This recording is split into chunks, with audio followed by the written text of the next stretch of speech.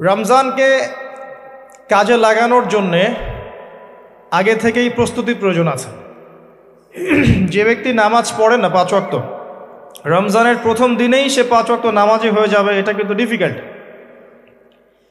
এই জন্য এখন থেকেই নামাজের চর্চা করতে হবে। রমজানে কয়েকটা কাজ খুব বেশি বেশি গুরুত্ব দিয়ে করবেন।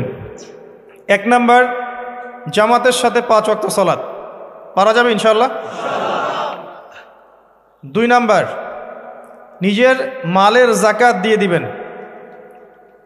এটা কি ব্যবসায়িক সমিতির উদ্যোগে প্রোগ্রাম? নিজেদের মালের জাকাত হিসেব করে মুফতি সাহেবদের কাছে যাবেন, কওমি ওলামায়ে কেরামের কাছে যেতে পারেন, গিয়ে জাকাতের আপনার নিসাব হিসাব করে নেবেন যে আপনার কতটুকু জাকাত এসেছে, এবং এটা দেওয়ার সবচেয়ে উত্তম সময় হচ্ছে রমাদান মাস। জাকাতগুলো দিয়ে দিবেন, আল্লাহ পাক তৌফিক দান করুন। সাদাকাতুল ফিতর দিবেন রমজান মাসে। তারাবির সালাত অবশ্যই অ্যাটেন্ড করবেন, তারাবির সালাত মিস করবেন না। পরিবারের ব্যক্তিদেরকে একসাথে নিয়ে ইফতার করবেন, আলাদা আলাদা করে করবেন না। বেশি থেকে বেশি মানুষকে ইফতার করাবেন, সামাজিকভাবে, রাষ্ট্রীয়ভাবে, সংগঠনের উদ্যোগে বা ব্যক্তিগত পর্যায়ে বেশি থেকে বেশি মানুষকে ইফতার করাবেন। এবং কোরআনুল কারীমকে বেশি সময় দিবেন। প্রতিদিন অন্ততপক্ষে 1 পারা করে তেলাওয়াত পড়বেন। যারা হাফেজ কোরআন তারা পুরো কোরআন হিফজ আবার চর্চা করবেন। যারা আরও বড় লেভেলে আছেন, কোরআন গবেষণা করবেন। 5 ওয়াক্ত নামাজের পরে একটা করে হাদিস পড়ার চেষ্টা করবেন মসজিদের মধ্যে। আসর থেকে মাগরিব এই সময়টুকুর মধ্যে, আসরের নামাজের পরে মসজিদ ভিত্তিকভাবে দার্সের ব্যবস্থা করবেন, তালিমের ব্যবস্থা করবেন। 30 দিন 30টা আলাদা আলাদা টপিকে কথা হবে, জনগণ জানতে পারবে। পারা যাবে? ব্যবসায় এই মাসে খুব বেশি লাভের চেষ্টা করবেন না, পরকালীন লাভের চেষ্টা করবেন। সিন্ডিকেট করে দ্রব্যমূল্যের দাম বাড়িয়ে দিবেন না। চেষ্টা করবেন মানুষকে আরও সহজ করে দেওয়ার জন্য। যারা খাবারের ব্যবসা করেন, রমজান মাসে বেশি বেশি মানুষকে খাবার খাওয়াবেন, আল্লাহ বরকত দিবে ইনশাআল্লাহ। কাপড়ের ব্যবসা করেন, বেশি থেকে বেশি মানুষকে কাপড় দান করবেন রমজান মাসে। রমজানে মুসলিমদের নিত্য প্রয়োজনীয় যে দ্রব্যগুলো আছে, এগুলো যারা বিক্রি করেন তাদের প্রতি অনুরোধ থাকবে যে কৃত্রিম সংকট সৃষ্টি করে দাম বাড়াবেন না, বরং মানুষের জন্য সহজ করে দিবেন। আল্লাহ আপনার রিজিকে বরকত দিবে ইনশাআল্লাহ। বিশ্বের প্রায় প্রতিটা মুসলিম কান্ট্রিতেই রমজান মাসে দ্রব্যমূল্যের দাম নিয়ন্ত্রণে থাকে, কমে যায়, ইল্লাল বাংলাদেশ ছাড়া। কিন্তু আমরাই 90% মুসলিমের দেশ। এই মাস লাভের মাস, পরকালীন লাভের মাস, দুনিয়ার লাভের মাস নয়। বরং রমজান আসার আগেই পুরো মাসের বাজার এবং ঈদের শপিং করে ফেলে দিবেন। রমজান মাসে বেশি বেশি মার্কেটে যাবেন না, এবং স্ত্রী সন্তানদেরকেও বেশি বেশি মার্কেটে যেতে দিবেন না। বরং এই মাসে পর্দা আরও বজায় রাখার চেষ্টা করবেন। রাস্তার মোড়ে মোড়ে যে হোটেলগুলো থাকে, ঘোমটা হোটেল, এই হোটেলের মালিকদের প্রতি নসিহত থাকবে যে আল্লাহকে ভয় করেন। হোটেলের বাইরে লিখে দিবেন, মুসলিমদের জন্য খাওয়া আমার হোটেলে জায়েজ নাই। এটা করবেন, ঘোমটা না দিয়ে ওখানে লিখে দিবেন যে আপনি মুসলিম হয়ে থাকলে আল্লাহকে ভয় করুন, আমার হোটেলে মুসলমানদের জন্য আলাদা করে খাওয়ার কোনো জায়গা নাই রোজা রাখা অবস্থায়। সেলুনে আছেন যারা, সেলুনে লিখে দিবেন রমজান মাসে আমি দাড়ি কাটি না, কমপক্ষে লিখে দিবেন যে আমার দোকানে দাড়ি শেভ করা হয় না। রমজান মাসে আল্লাহওয়ালা হয়ে যান, লাআল্লাকুম তাত্তাকুন, তাকওয়া অবলম্বন করতে হবে। কিছু টিপস বলে দিলাম। সবচেয়ে বড় কথা হচ্ছে মানসিক প্রস্তুতি। রমজান আসতে যাচ্ছে, একটা মানসিক প্রিপারেশন। এই রমজানের 30টা দিন আমি প্রত্যেকটা দিনকে কাজে লাগাবো। প্রতিটা দিন আমি কোরআনের কিছু অংশ পড়ব, হাদিস কিছু পড়ব, 2টা কথা মানুষকে দাওয়াত দিব, ইফতার করাবো মানুষকে, সাধ্যমতো দান সাদাকা করব, তারাবির সালাতে হাজির হব, কোরআন খতম দিব। এই কাজগুলো করতে কি সরকার বাধা দিবে? প্রশাসন বাধা দিবে? এগুলো আমাদের হাতে আছে। আল্লাহ পাক আমাদের সবাইকে তৌফিক এনায়েত করুন, আমিন। আর এই রমজান মাসে বেশি বেশি খাওয়া এবং দুনিয়াবি কাজে অপচয় করবেন না। সারাদিন রোজা রেখে যদি ইফতার করতে 20টা আইটেম নিয়ে বসি, আমাদের পুরান ঢাকার মানুষের মতো, তাহলে অবস্থা খারাপ। রমজানের আধ্যাত্মিকত্ব নষ্ট হয়ে যাবে। কথা কি বুঝতে পারছেন? রোজা রেখেছে আলহামদুলিল্লাহ, ইফতার করার জন্য কি 20টা আইটেমের দরকার আছে? 10টা আইটেমের দরকার আছে? এই যত বেশি ইফতারে খাবে মানুষ, তত বেশি সে অসুস্থ হয়ে যাবে এবং তারাবি অন্য ইবাদতগুলো ঠিক মতো করতে পারবে না। আমাদের ক্ষেত্রে দেখা যায় যে সেহেরি আর ইফতারে আয়োজন দেখলে মনে হয় এটা আমার জীবনের শেষ খাওয়া হবে না। কথা বুঝতে পারছেন? তো এই স্বভাবগুলোকে চেঞ্জ করতে হবে। আল্লাহ পাক তৌফিক ইনায়েত করুন, আমিন। এবার আসেন, মেরাজে যাওয়ার আগে আমরা রাসূলুল্লাহ সাল্লাল্লাহু আলাইহি ওয়াসাল্লামের জীবনীর সামন থেকে আসতে চাই। আর আমি যে কথাটা বলতে চেয়েছিলাম সেটা হচ্ছে, রমজান আসার আগেই নবী সাল্লাল্লাহু আলাইহি ওয়াসাল্লামের জীবনী একবার পড়ে শেষ করবেন, ওয়াদা করেন। হাত উঁচু করেন, হাত নামান। সবচাইতে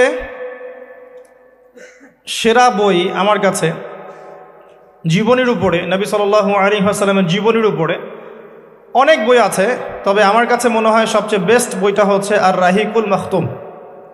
নাম মনে থাকবে? রাহিকুল মাখতুম, আল্লামা সফিউর রহমান মোবারকপুরী রাহিমাহুল্লাহ, যিনি এই সাবকন্টিনেন্টের মানুষ ছিলেন, তিনি বইটা লিখেছেন এবং বইটা 1182টা বইয়ের মধ্যে প্রথম স্থান অধিকার করেছে। 1182টা বা 83টা বইয়ের মধ্যে এই বইটা প্রথম স্থান অধিকার করেছে এই সৌদি আরবের কম্পিটিশনে। তো এই বইটার চেয়ে প্রাণবন্ত সিরাতের বই আমি আসলে পড়িনি। আর অনেক সিরাতের বই আছে এবং আমি অনুরোধ করব সিরাতের বেশি বেশি বই কিনবেন। একটা সিরাতের বইয়ের সব তথ্য হয়তো থাকবে না, এখানে ভেরিয়েশন আনতে হবে আপনাকে। বিভিন্ন সিরাতের বই কিনবেন, কিন্তু আর রাহিকুল মাখতুম বইটা মাস্ট বি পড়ার চেষ্টা করেন।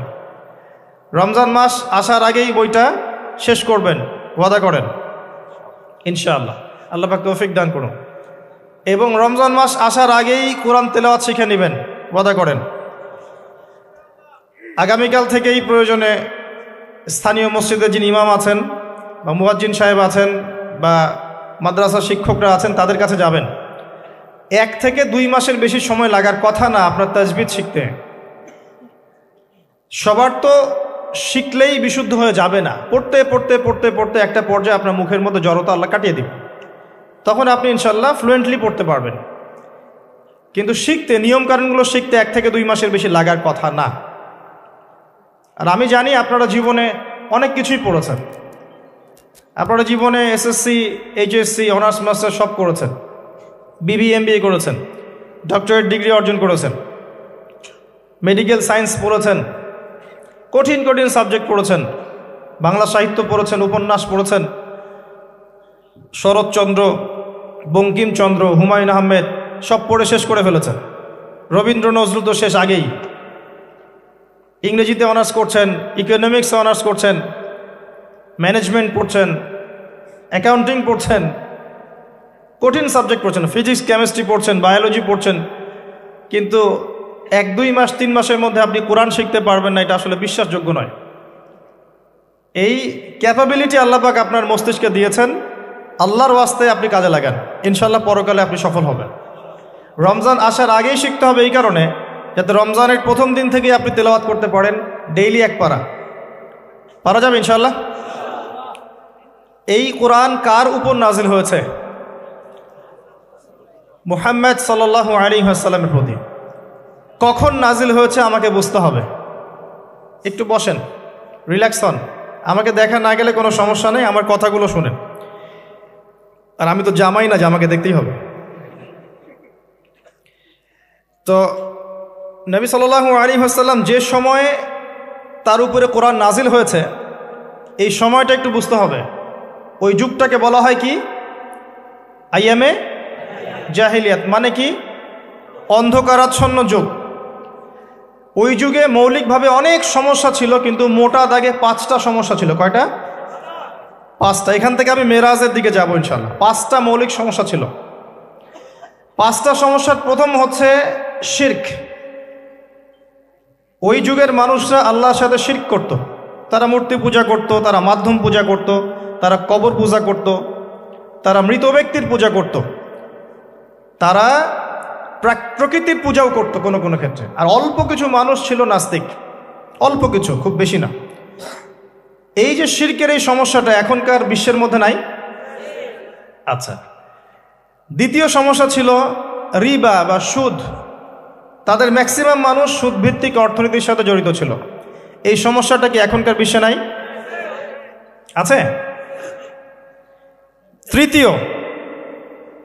তৃতীয় সমস্যাটা ছিল এই, আপনাদের মোবাইল ফোনগুলো সাবধানে রাখবেন। এই পর্যন্ত যতগুলো মাহফিলে গিয়েছি, এখন দেখি খুব অবজেকশন আসে যে অ্যানাউন্স করতে বলা হয় যে অনেকের মোবাইল পাওয়া যায় না। তো মোবাইল ফোনগুলো একটু সাবধানে রাখবেন।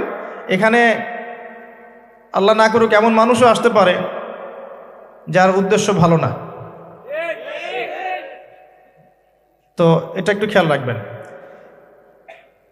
তো দ্বিতীয় সমস্যা ছিল রিবা, যেটা এখনকার বিশ্বের অন্যতম মৌলিক সমস্যা। আপনি যদি বিশ্বের অর্থনীতির দিকে তাকান, আপনি দেখবেন বিশ্বের পুরো অর্থনৈতিক সিস্টেমটা সুদভিত্তিক। কেউ এর বাইরে নয়, কেউই বাইরে নয়। আমরা এমন একটা যুগে বাস করছি যেখানে কেউ যদি সুদ থেকে বাইরে থাকতে চায়, যে আমি মোটেই খাবো না, একবারেই খাবো না, টোটালি খাবো না, তারপরেও তার গায়ের মধ্যে সুদের ছিটা ফোটা লাগবে। আমার কথা বুঝতে পারছেন? এটা সেই যুগ। কিভাবে লাগবে সেটা সম্পর্কে জানার জন্যে রিবা কেন্দ্রিক যে বইগুলো আছে, আল্লামা তকি উসমানের বই আছে, ইনশাআল্লাহ আগামীতে এটার উপর বিস্তারিত আলোচনা আসবে। এগুলো পড়েন এবং শোনেন, ইনশাআল্লাহ কাজে দেবে। শুধু এতটুকু বলবো, যে খায় যে দেয়, যে সাক্ষী থাকে এবং যে লিখে রাখে, উভয়কেই, এই 4 শ্রেণীর মানুষকেই নবী সাল্লাল্লাহু আলাইহি ওয়াসাল্লাম সমান অপরাধী বলেছেন। পুরো সিস্টেমটার মধ্যে এগুলো পড়ে যাবে।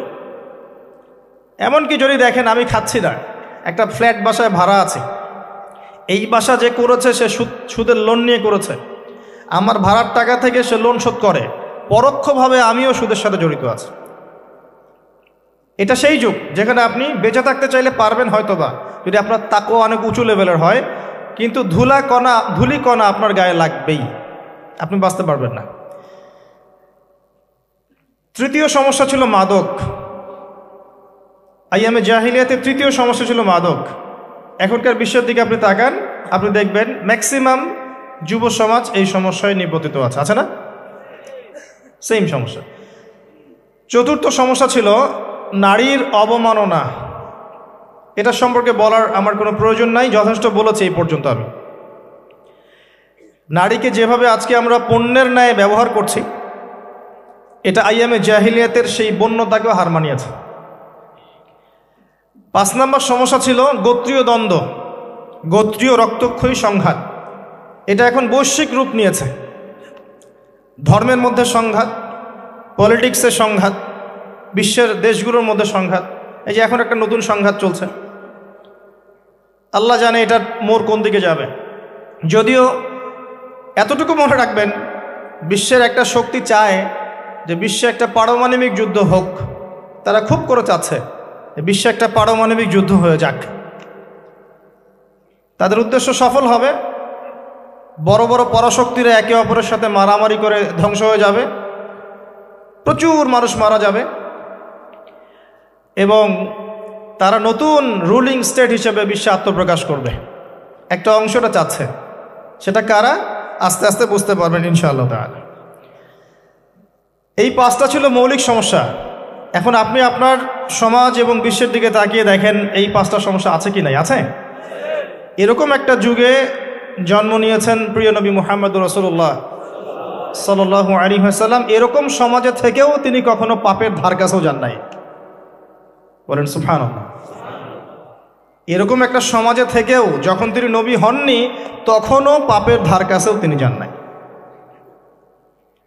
তিনি কখনো শিরক করেননি, কখনো মূর্তি পূজা করেননি, কখনো রিবা খাননি, আর বাকি বিষয়গুলো ধার কাছেও যাননি। বরং তিনি হিলফুল ফুজর তৈরি করেছিলেন যাতে করে সমাজের এই অসঙ্গতিগুলো দূর করা যায়। এটা তো আপনারা জানেন। এরপর তিনি নবী হলেন 40 বছর বয়সে। প্রথম কোন আয়াত নাজিল হয়েছিল? সূরা আলাকের প্রথম 5 আয়াত আল্লাহ পাক প্রথমে পড়তে বলেছেন, ইকরা বিসমি রাব্বিকাল্লাযী খালাক। খালাকাল ইনসানা মিন আলাক ইকরা ওয়া রাব্বুকাল আকরাম আল্লাযী আল্লামা বিল কলম আল্লামাল ইনসান মা লাম ইয়ালাম। এখানে প্রথম কথাটা হচ্ছে পড়ুন। আল্লাহ পাক প্রথমে বললেন না সুদ খেও না, শিরক করো না, মাদক সেবন করো না, জেনার ধার কাছেও যেও না। আল্লাহ পাক এগুলো কিছুই বললেন না। এমনকি আল্লাহ এটাও বললেন না সুবহানাহু ওয়া তাআলা যে নামাজ আদায় করো, যাকাত দাও, রমজান মাসে সাওম রাখো।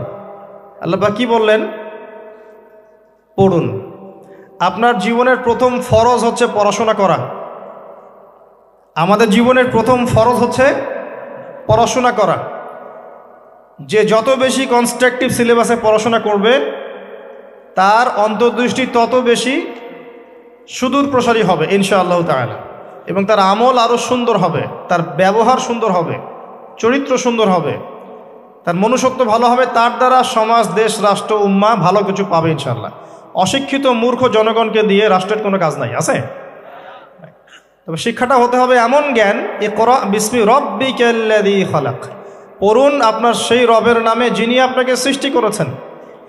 যে জ্ঞান আপনাকে আপনার স্রষ্টা, ওদের ভাষা ব্যবহার করে বলছি, আপনার ইলাহ আল্লাহর দিকে নিয়ে যাবে, সেটাই প্রকৃত জ্ঞান। যে জ্ঞানটা আপনাকে আল্লাহ থেকে দূরে সরাচ্ছে দিন দিন, এটা জ্ঞান নয়, এটা জাহেলিয়াত। আমি কি বুঝাতে পারছি? এবার আপনি চিন্তা করে দেখেন যে আপনার জ্ঞানটা আপনাকে কি আল্লাহর দিকে নিয়ে যাচ্ছে নাকি আল্লাহ থেকে দূরে সরাচ্ছে। এরপরে আপনি চিন্তা করবেন আপনি প্রকৃত জ্ঞানী কিনা। কেউ যদি অক্সফোর্ড, কেমব্রিজ, হার্ভার্ড থেকে পাশ করে আসে, এসে বলে যে পর্দা এটা সেকেলে প্রথা, ওই যুগে চলতো এই যুগে চলে না, এই ব্যক্তিকে আমরা জ্ঞানী বলতে পারি না। কেউ যদি বাইরে থেকে বড় ডিগ্রি এসে বলে যে ইসলাম আসলে এই যুগে চলে না ওই যুগে চলতো, সুদের মধ্যেই আছে অগ্রগতি আর প্রগতি, ফ্রি মিক্সিং ভালো জিনিস, ছেলে মেয়ে একসাথে পথ চলবে, খারাপ কিছু না, মাদকদ্রব্য খাওয়াই যায়, মানুষ মাদকদ্রব্য খেলে ভালো কাজ করার উৎসাহ পাবে, সমকামিতা একটা বাক স্বাধীনতা, ব্যক্তি স্বাধীনতা, এরকম কথাবার্তা যদি কেউ বলে বা আল্লাহর হালালগুলোকে হারাম করে দেয়, হারামগুলোকে হালাল করে নেয়, এই ব্যক্তি বা এই সম্প্রদায়কে আমরা জ্ঞানী বলতে পারি না। কারণ তাদের জ্ঞান তাদেরকে আল্লাহ থেকে দূরে সরিয়ে দিয়েছে। ইকরা বিসমি রাব্বিকাল্লাযী খালাক। পড়ুন আপনার সেই রবের নামে যিনি আপনাকে সৃষ্টি করেছেন। খালাকাল ইনসানা মিন আলাক, যিনি মানুষকে সৃষ্টি করেছেন জমাট বাঁধা রক্তপিণ্ড থেকে। ইকরা ওয়া রাব্বুকাল আকরাম, পড়ুন আপনার রব মহামান্বিত। আল্লাযী আল্লামা বিল কলম, যিনি আপনাকে কলম দ্বারা জ্ঞান শিক্ষা দিয়েছে। মানুষ জ্ঞান অর্জন করতে পারেনি প্রথমে, আল্লাহ মানুষকে জ্ঞান শিখিয়েছেন। এটাকে বিশ্বাস করেন? ওয়াল্লামা আদামাল আসমাআ কুল্লাহা, আমি আদমকে সমস্ত নাম শিক্ষা দিয়েছি। কে শিক্ষা দিয়েছেন? আদম আলাইহিস সালামের কি জ্ঞান ছিল? আমাদের জ্ঞান ছিল? আল্লাহ শিখিয়েছেন। আল্লামাল ইনসান মা লাম ইয়ালাম, মানুষকে সেই জ্ঞান শিক্ষা দিয়েছেন যা মানুষ জানতো না। এই আয়াত নিয়ে নবী সাল্লাল্লাহু আলাইহি ওয়াসাল্লামের নবুয়তের জিন্দেগি শুরু হলো। কত বছর জিন্দেগি ছিল নবুয়তের জিন্দেগি? বলতে পারবেন? 23 বছর। 23 বছর। আমরা কিন্তু লেকচারের শেষে একটা কুইজ কন্টেস্ট করব ইনশাআল্লাহ। 5টা থেকে 10টা প্রশ্ন করব ইনশাআল্লাহ। 10 জনকে আমরা পুরস্কৃত করব ইনশাআল্লাহ তাআলা। মনোযোগের সাথে লেকচার শুনবেন। এরপর নবী সাল্লাল্লাহু আলাইহি ওয়াসাল্লামের নবুয়তের জিন্দেগি শুরু হলো। 23 বছর। কত বছর? তার মধ্যে প্রথম 13 বছর হচ্ছে মক্কায়, আর পরের 10 বছর কোথায়? মদিনায়। খুব সংক্ষিপ্ত আকারে বলছি, প্রথম 3 বছর নবী সাল্লাল্লাহু আলাইহি ওয়াসাল্লাম গোপনে দাওয়াত দিয়েছেন। কিভাবে? একদম গোপনে গোপনে।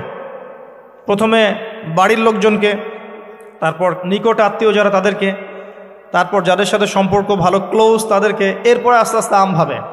এটাই দাওয়াতি কাজের সুন্নাহ। এরপর 4র্থ থেকে 10ম এই সময়টুকুতে তিনি প্রকাশ্যে দাওয়াত শুরু করেছিলেন,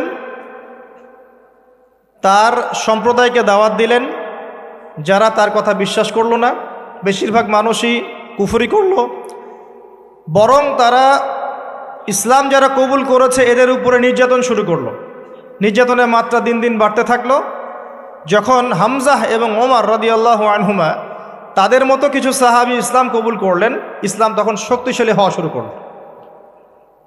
তারপরেও নির্যাতনের মাত্রা বাড়তে থাকলো। এক পর্যায়ে সাহাবীরা হিজরত করলেন আবিসিনিয়ায়। কোথায়? আবিসিনিয়ায়। প্রথম হিজরত মদিনায় হয়নি, প্রথম হিজরত আবিসিনিয়ায়। এটা হচ্ছে ইথিওপিয়ার পাশে, এখনকার মানচিত্রে ইরিত্রিয়া নামে একটা জায়গা আছে। দেখেছেন কখনো? বিশ্বের ম্যাপ দেখেছেন কখনো? বিসিএস কোচিং যারা করছেন তাদের তো জানার কথা। এই ইরিত্রিয়া ছিল সেই জায়গা যেখানে হিজরত করেছিলেন সাহাবীরা। সেখানে একজন বাদশাহ ছিলেন, তার নাম বাদশাহ নাজাশী। তিনি একজন খ্রিস্টান ছিলেন, কিন্তু ভালো খ্রিস্টান ছিলেন, সৎ। তিনি মুসলিমদেরকে আশ্রয় দিয়েছিলেন এবং তার রাজ্যে মুসলিমরা নিরাপদে ছিল, বসবাস করেছে দীর্ঘদিন। পরবর্তীতে এই বাদশাহ নাজাশী ইসলাম কবুল করে মুসলিম হন। মারা গেলে নবী সাল্লাল্লাহু আলাইহি ওয়াসাল্লাম তার গায়েবানা জানাজার নামাজও পড়েছেন। কুরাইশদের অত্যাচার বাড়তে থাকে। এক পর্যায়ে নবী সাল্লাল্লাহু আলাইহি ওয়াসাল্লাম তায়েফে হিজরত করেন, চেষ্টা করেন তায়েফবাসীকে বোঝানোর জন্যে। তায়েফের লোকজন সাড়া দেয়নি, উল্টা নবী সাল্লাল্লাহু আলাইহি ওয়াসাল্লামকে রক্তাক্ত করেছিল। তিনি ফিরে আসেন মক্কায়। আবারও মক্কায় ফিরে আসার পরে অল্প দিনের ব্যবধানে, বেশি দিন না, মাত্র অল্প দিন, 3 দিন 7 দিন, কেউ বলেছে 3 মাস, এইটুকু ব্যবধানে প্রথমে চাচা আবু তালেব, তারপরে স্ত্রী খাদিজা রাদিয়াল্লাহু আনহা, তারা ইন্তেকাল করেন। এবং নবী সাল্লাল্লাহু আলাইহি ওয়াসাল্লামের এই শেষ আশ্রয়স্থল আবু তালেব, সেটাও শেষ হয়ে যায়। তার স্ত্রী খাদিজা রাদিয়াল্লাহু আনহা আল্লাহর কাছে চলে যান। এই সময়টাতে নবী সাল্লাল্লাহু আলাইহি ওয়াসাল্লাম প্রচণ্ড মানসিক কষ্টে ছিলেন। আল্লাহ পাক এইরকম একটা সময়ে মেরাজের ঘটনা ঘটিয়েছেন। বলেন সুবহানাল্লাহ। আল্লাহ রাব্বুল আলামিন তাকে পুরো মানসিক সমস্ত কষ্ট থেকে ফারেক করে আল্লাহ পাকের সমস্ত কুদরত দেখিয়েছেন মহাবিশ্বে নিয়ে গিয়ে। যদিও বা তার আগের 3 বছর সাহাবীদেরকে বয়কট করা হয়েছিল। 3 বছর গাছের ছাল পাতা খেয়ে সাহাবীরা থেকেছেন শিয়ারে আবু তালেব নামক জায়গায়। এরপর বয়কট তুলে নেওয়া হয়। তারপর এই আমুল হুজন আসে। এর পরের বছর ইয়াসরিব বা মদিনা থেকে 6 জন যুবক এসে ইসলাম কবুল করে। বলেন সুবহানাল্লাহ। তাদের নেতা ছিলেন আসাদ বিন জুরারাহ রাদিয়াল্লাহু আনহু। তিনি ফিরে যান মদিনায়। পরের বছর আবার 6 জনকে নিয়ে আসেন, টোটাল 12 জন। এই 12 জন মুসলিম হয়ে আবার মদিনায় ফিরে যান।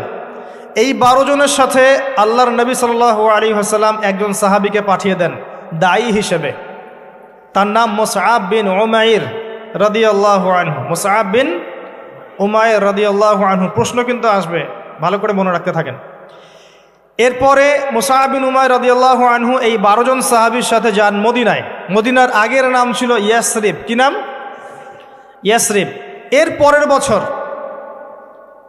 মোট 75 জন, 73 জন পুরুষ আর 2 জন নারী, আওস এবং খাজরাজ গোত্রের, তারা আসেন। এসে নবী সাল্লাল্লাহু আলাইহি ওয়াসাল্লামের হাতে হাত রেখে বায়াত করেন। মহিলারা হাতে হাত রাখে নাই, পুরুষেরা হাতে হাত রেখেছিল। আমাদের নবীজি মহিলাদের হাতে কখনো হাত রেখে বায়াত করার নাই। এখন অনেক ভণ্ড পীর দেখা যায় মহিলাদের হাতে হাত রেখে বায়াত করাচ্ছে। মহিলারা হাত ধরে বায়াত করাতে হয়? মহিলারা মৌখিক বায়াত করবে।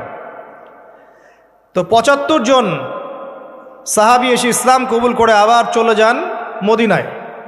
এই যে 75 জন ইসলাম কবুল করলেন, মদিনার বিশাল একটা জনগোষ্ঠী, কিন্তু 75 জন কম নয়, কারণ ওইখানে জনসংখ্যা এত বেশি ছিল না।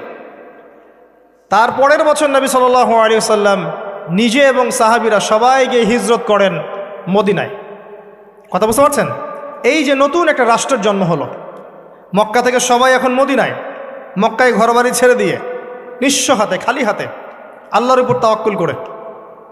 ওখানে আনসারী সাহাবীরা তাদেরকে বরণ করে নিলেন। এমনভাবে বরণ করলেন যে কারো যদি 2টা জমি থাকে, একটা জমি দিয়ে দিয়েছে, কারো 2টা বাড়ি থাকলে একটা বাড়ি দিয়ে দিয়েছে। এমনভাবে বরণ করে নেন। নতুন রাষ্ট্র হলো। নবী সাল্লাল্লাহু আলাইহি ওয়াসাল্লাম সেখানে মদিনা সনদ করলেন। ওখানকার সাথে চুক্তি হলো, ওখানকার জনগণের সাথে চুক্তি হলো এবং আমরা শান্তিপূর্ণ একটা রাষ্ট্র পেলাম। এরপর নবী সাল্লাল্লাহু আলাইহি ওয়াসাল্লাম সেখানে অর্থনীতি সমৃদ্ধ করতে লাগলেন, সামরিক বাহিনী সমৃদ্ধ করতে লাগলেন, অস্ত্রশস্ত্র সব কিছু হতে লাগলো, একটা রাষ্ট্রের যা যা প্রয়োজন সব কিছু সেখানে হতে লাগলো। এক পর্যায়ে আবু সুফিয়ানের বাণিজ্যিক কাফেলাকে আক্রমণকে কেন্দ্র করে বদরের যুদ্ধ হয়ে গেল। আর এই বদরের যুদ্ধে আমরা অল্প সংখ্যক সৈন্য নিয়ে বড় বাহিনীর বিরুদ্ধে জয়লাভ করলাম, ইসলামের ইতিহাসে প্রথম সশস্ত্র যুদ্ধ। কথা বুঝতে পারছেন? এর পরের বছর হলো উহুদ, যে যুদ্ধে আমরা প্রায় জিতে গিয়েছিলাম, আমাদের একটা ভুলের কারণে সাময়িক বিপর্যয়ের সম্মুখীন হলাম। আমরা উহুদের সাময়িক বিপর্যয়ের সম্মুখীন হলাম, 70 জন সাহাবী শহীদ হয়ে গেল। আমাদের নবীজি স্বয়ং নিজেও সেই যুদ্ধে মার খেয়েছেন একটা ভুলের কারণে। সেখান থেকে নামবে না, সাহাবীরা কয়েকজন নেমে এসেছিলেন, ব্যাস পড়ে দেখবেন, সব বলে দেব না। এর পরের বছর খন্দকের যুদ্ধে 3-4 মাস অবরোধ করে রাখা হয় মদিনাকে। শেষমেশ তারা কিছুই লাভ করতে পারলো না, ফিরে চলে গেল। এরপর থেকে মুসলিমরা আক্রমণাত্মক যুদ্ধ শুরু করলো, একে একে বিভিন্ন গাজওয়া এবং সারিয়া হতে লাগলো, মুসলিমরা সমৃদ্ধ হতে লাগলো, সম্পদ বাড়তে লাগলো, জনবল বাড়তে লাগলো, অর্থনীতি সমৃদ্ধ হতে লাগলো, অস্ত্রশস্ত্র বাড়তে লাগলো, সব ডিপার্টমেন্ট থেকে আমরা রাইজ করতে লাগলাম। শুধু তাই না, পররাষ্ট্র নীতিও ইমপ্লিমেন্ট করা হলো, বিভিন্ন রাষ্ট্রপ্রধানদের কাছে চিঠি পাঠানো হচ্ছে।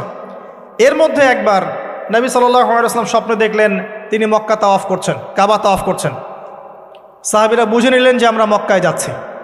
তারা মক্কায় যাওয়া শুরু করলেন, 1400 সাহাবী। হুদাইবিয়া নামক জায়গায় আটকে দেয়া হলো, যাওয়া যাবে না, এই বছর ফেরত যেতে হবে, পরের বছর আসতে হবে। তোমাদের কেউ আমাদের দলে আসলে ফেরত দিব না, আমাদের কেউ তোমাদের দলে গেলে ফেরত দিতে হবে। আগামী 10 বছর আমরা কেউ কারোর সাথে যুদ্ধ করব না। আগামী বছর ওমরা করতে আসবে মাত্র 3 দিনের জন্য, কোনো অস্ত্র সাথে আনা যাবে না। সবগুলোতে নবীজি বললেন ঠিক আছে, ডিল, কোনো সমস্যা নেই। তারা ফেরত চলে গেলেন, ওই বছর ওমরা করা হলো না। নবীজি ফেরত গিয়েই খায়বার আক্রমণ করলেন। খায়বার ছিল, কে পরাজিত করা হলো, খায়বার মুসলিমদের দখলে চলে আসলো। এর আগে আরও 2 কওমকে সেখান থেকে মদিনা থেকে বহিষ্কার করা হয়, একটা বনু নাজির, একটা হচ্ছে বনু কাইনুকা। আর খন্দকের যুদ্ধে বহিষ্কার করা হয় বনু কুরাইজাকে। এরা সবাই খায়বার আশ্রয় নিয়েছিল, খায়বারকে আক্রমণ করে এদেরকে আরব উপদ্বীপ থেকে বের করে দেওয়া হয়। তার পরের বছর হচ্ছে মক্কা বিজয়। নবী সাল্লাল্লাহু আলাইহি ওয়াসাল্লাম মক্কা বিজয় করলেন, মক্কার সমস্ত মূর্তিগুলো ভেঙে ফেললেন। বেলাল রাদিয়াল্লাহু আনহু কাবা ঘরের উপর উঠে আজান দিলেন। নবীজি সবাইকে মাফ করে দিলেন। দলে দলে মানুষ ইসলাম কবুল করলো। সূরা নাসর নাজিল হলো, ইজা জাআ নাসরুল্লাহি ওয়াল ফাতহ। সূরা মাইদার 3 নম্বর আয়াত নাজিল হলো। এরপর নবীজি মদিনায় ফিরে গেলেন। তার মাঝে হুনাইনের যুদ্ধ হয়েছে, এর আগে একটা মোতার যুদ্ধ হয়েছে, তারপর একটা তাবুক যুদ্ধ হয়েছে, ব্যাস। এরপরে মদিনায় ফিরে গিয়ে মাত্র 81 বা 83 দিন নবীজি বেঁচেছিলেন। এরপরে তার শেষ রোগ শুরু হলো এবং মারা যাওয়ার কয়েকদিন আগে তিনি বলে গেলেন, আমার কবরকে উপাসনার জায়গা বানাবে না, আমার কবরকে উপাসনার জায়গা বানাবে না। আরব উপদ্বীপ থেকে বহিষ্কার করবে, রাষ্ট্রদূতরা আসলে সম্মান করবে, দাস দাসীর প্রতি খেয়াল রাখবে, নামাজের হেফাজত করবে। আরও অনেক নসিহত তিনি করে গেলেন। তিনি বলে গেলেন তার আগে বিদায় হজের ভাষণে, তোমরা সবাই ভাই ভাই, সাদার উপর কালো, কালোর উপর সাদা, ধনীর উপর গরিব, গরিবের উপর ধনী, আরবের উপর অনরব, অনরবের উপর আরব, কোনো ভেদাভেদ নাই। তোমরা সবাই আদম সন্তান, আদম মাটির সন্তান। নবীজি বললেন সাল্লাল্লাহু আলাইহি ওয়াসাল্লাম, সাহাবীরা, আমি কি তোমাদের কাছে আমার অর্পিত দায়িত্ব পালন করেছি, পৌঁছে দিয়েছি? সাহাবায়ে কেরাম বললেন, হ্যাঁ, আমরা সাক্ষ্য দিয়েছি আপনি পৌঁছে দিয়েছেন। নবীজি বললেন, আল্লাহুম্মা ফাশহাদ, আল্লাহ আপনি সাক্ষ্য থাকেন আমি আমার দায়িত্ব পৌঁছে দিয়েছি। এভাবে তার জীবনটা শেষ হয়ে যায়। এই হলো সংক্ষিপ্ত সিরাত, ডিটেইলস পড়বেন। এর মধ্যে একটা ঘটনা, যখন কষ্টের মধ্যে ছিলেন নবী সাল্লাল্লাহু আলাইহি ওয়াসাল্লাম, তখন কিসের ঘটনা ঘটেছে? মেরাজ। এবং নবী সাল্লাল্লাহু আলাইহি ওয়াসাল্লামকে আল্লাহ পাক সশরীরে মেরাজ করিয়েছেন, ঘুমের মধ্যে নয়, সশরীরে। এই জায়গা থেকে আলোচনার বাকি অংশটা খুব ভালো করে বোঝার চেষ্টা করেন। নবী সাল্লাল্লাহু আলাইহি ওয়াসাল্লাম এশা সালাতের পরে শুয়ে আছেন, কথা বন্ধ করেন, এশা সালাতের পরে শুয়ে আছেন, তন্দ্রাভাব। কোথায় শুয়ে আছেন? কাবা ঘরের হাতিমে। কাবা ঘরের হাতিমে একজন ফেরেশতা আসলেন, তার নাম জিবরাইল আলাইহিস সালাম। নবীজিকে শুইয়ে দিলেন। নবীজিকে শুইয়ে দিয়ে এই যে বুক, গলার নিচ থেকে এই নাভি পর্যন্ত চিরে ফেললেন। কলিজা এটা বের করা হলো, একটা পাত্র আনা হলো। এই পাত্রের মধ্যে ছিল ঈমান এবং প্রজ্ঞা। এগুলো কিন্তু কোনো গল্প নয়, এগুলো সবগুলো বাস্তব সত্য ঘটনা। এটা নবী সাল্লাল্লাহু আলাইহি ওয়াসাল্লামের জীবনে ঘটেছে। এগুলোর ব্যাখ্যা কি, এগুলো কি সায়েন্টিফিক কি না, এগুলোর পিছনে দর্শন কি, যুক্তি কি, এগুলো আমাদের আজকের আলোচনার বিষয় নয়। কারণ আমি অনেক দিন আলোচনা করেছি যে সায়েন্স আপনাকে সব কিছুর ব্যাখ্যা দিতে পারবে না। কোনো কিছু সায়েন্স দিয়ে প্রমাণ হলেই বিশ্বাস করব, না হলে করব না, এই চেতনার নাম শিরক। এটা আধুনিক যুগের শিক্ষা শিরক, এটা আধুনিক যুগের শিক্ষা ক্ষেত্রে শিরক। যে সায়েন্স কিছু প্রমাণ করলে বিশ্বাস করব, না করলে করব না, এটাতে আমি বিশ্বাস করি না, আমাদের বিশ্বাস করা উচিত নয়। সায়েন্সকে জিজ্ঞাসা করবেন রুহ কাকে বলে, please give us the definition of রুহ। রুহের ডেফিনেশন দেন, রুহ কাকে বলে, কত প্রকার কি কি, আত্মা কাকে বলে, কত প্রকার কি কি। সায়েন্সের প্যান্ট খারাপ হয়ে যাবে। কথা কি বুঝতে পারছেন? রুহের ডেফিনেশন দিতে পারবে না। জিজ্ঞাসা করবেন স্বপ্ন কাকে বলে, মানুষের স্বপ্ন মাঝে মাঝে সত্য হয় কিভাবে, ব্যাখ্যা দিতে পারবে না। যদি বলেন মানুষ ঘুমায়, ঘুমের একটা পূর্ণাঙ্গ ব্যাখ্যা দেন, দিতে পারবে না। যদি বলেন যে কবরের আযাবের ব্যাখ্যা দেখ, পারবে না। জিন জাতির ব্যাখ্যা দেখ, পারবে না। মালায়েকার ব্যাখ্যা দেখ, পারবে না। তাদের দৌড় একটা জায়গা পর্যন্ত, সেটা হলো বিগ ব্যাং থেকে মহাবিশ্ব সৃষ্টি হয়েছে। সব কিছু গিয়ে ওখানে শেষ হবে, যে আগে কিছুই ছিল না, হঠাৎ বিস্ফোরণ হয়েছে, বাস পৃথিবী সৃষ্টি হয়ে গেছে। অনেক সিম্পল জিনিসের ব্যাখ্যাই সে দিতে পারেনি। তাহলে আমরা কেমন করে ধরে নিলাম যে সায়েন্স কিছু প্রমাণ করলেই সত্য, না করলে সত্য না? এটা কে বললো আপনাকে? এটা সবচেয়ে বড় শিক্ষা ক্ষেত্রে শিরক হচ্ছে এখন। কারো যদি জ্ঞানতাত্ত্বিক এপিস্টিমোলজি ঠিক না থাকে, তার পুরো জ্ঞান চর্চায় শিরক হবে। তাই আমি এখানে এই আলোচনা করতে যাচ্ছি না যে এটা সায়েন্টিফিক ব্যাখ্যা ইত্যাদি, আমি জাস্ট ঘটনাটা বলছি, এর পিছনে শিক্ষাগুলো বলবো। বুক চিরে ফেলা হয় এবং কলিজাটা বের করে একটা পাত্র আনা হয় স্বর্ণের, এর মধ্যে ঈমান এবং প্রজ্ঞা ছিল। ঈমান এবং প্রজ্ঞা কি, এর আকার আকৃতি কেমন, আল্লাহ ভালো জানেন। সব কিছু সায়েন্টিফিক হবে না যে কঠিন তরল বায়বীয়। কঠিন তরল বায়বীর বাইরেও অনেক কিছু আছে যেটা সায়েন্স জানে না। কথা কি বুঝতে পারছেন? অনেক কিছুই আছে, কঠিন তরল বায়বীর বাইরেও অনেক কিছু আছে যেটা সায়েন্স ব্যাখ্যা করতে পারবে না।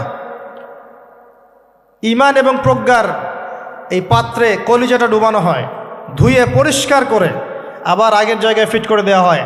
আনাস রাদিয়াল্লাহু আনহু, বিখ্যাত সাহাবী, প্রায় 10 থেকে 12 বছর নবী সাল্লাল্লাহু আলাইহি ওয়াসাল্লামের খেদমত করেছেন। তিনি বলেছেন, আমি আল্লাহ রসুলের বুকের মধ্যে এই যে বুক চিরে ফেলা, সিনা চাক, এই দাগটা আমি দেখেছি, বুকের মধ্যে দাগ ছিল। এরপর নবী সাল্লাল্লাহু আলাইহি ওয়াসাল্লামের সামনে একটা বাহনকে আনা হয়। এই বাহনের নাম হচ্ছে বোরাক। কি নাম? গাধার চেয়ে একটু বড়, খচ্চরের চেয়ে একটু ছোট, এর নাম হচ্ছে বোরাক। এই বোরাকে নবী সাল্লাল্লাহু আলাইহি ওয়াসাল্লামকে উঠতে বলা হয়। তিনি উঠতে গেলে বোরাক একটু পার্ট নিয়েছে, ভাব নিয়েছিল আর কি। ভাব নেওয়া বোঝেন? মাঝে মাঝে আমরা ভাব নেই না? কখনো মেয়েদের বিউটি কন্টেস্ট দেখেছেন? ফ্যাশন শো দেখেন নাই? টিভিতে অ্যাডভার্টাইজ দেখেন নাই? কে দেখে নাই? এটা তো সবাইকেই দেখতে হয়। কার চোখে পড়েনি? মনে হবে যে মানুষকে ভয় দেখাচ্ছে। এই যে ভাব, বোরাক একটা ভাব নিয়েছিল। তো জিবরাইল আলাইহিস সালাম বোরাককে বলছেন যে শুনো,